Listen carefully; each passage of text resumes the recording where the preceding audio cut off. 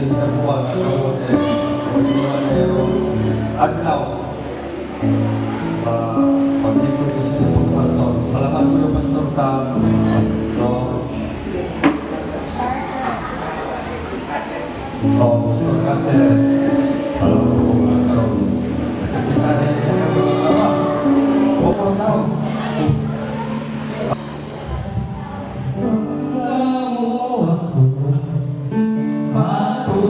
Sa puno